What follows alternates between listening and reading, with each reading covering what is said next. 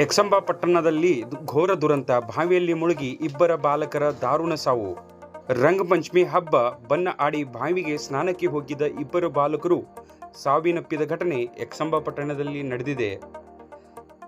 ಇವತ್ತು ರಂಗಪಂಚಮಿ ಹಿನ್ನೆಲೆಯಲ್ಲಿ ಬಣ್ಣ ಆಡಿ ಸಂಜೆ ಬಾವಿಗೆ ತೆರಳಿದ ಈ ಬಾಲಕರು ವೇದಾಂತ್ ಹಿರೇಕೊಡಿ ವಯಸ್ಸು 11, ಮನೋಜ್ ಕಲ್ಯಾಣಿ ವಯಸ್ಸು 9 ಸಾವಿನಪ್ಪಿರುವ ಬಾಲಕರ ಹೆಸರು.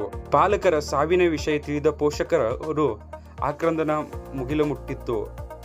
ಸ್ಥಳಕ್ಕೆ ಸದಲ್ಗಾ ಪೊಲೀಸರು ಭೇಟಿ ನೀಡಿ ಪರಿಶೀಲನೆ ನಡೆಸಿದರು.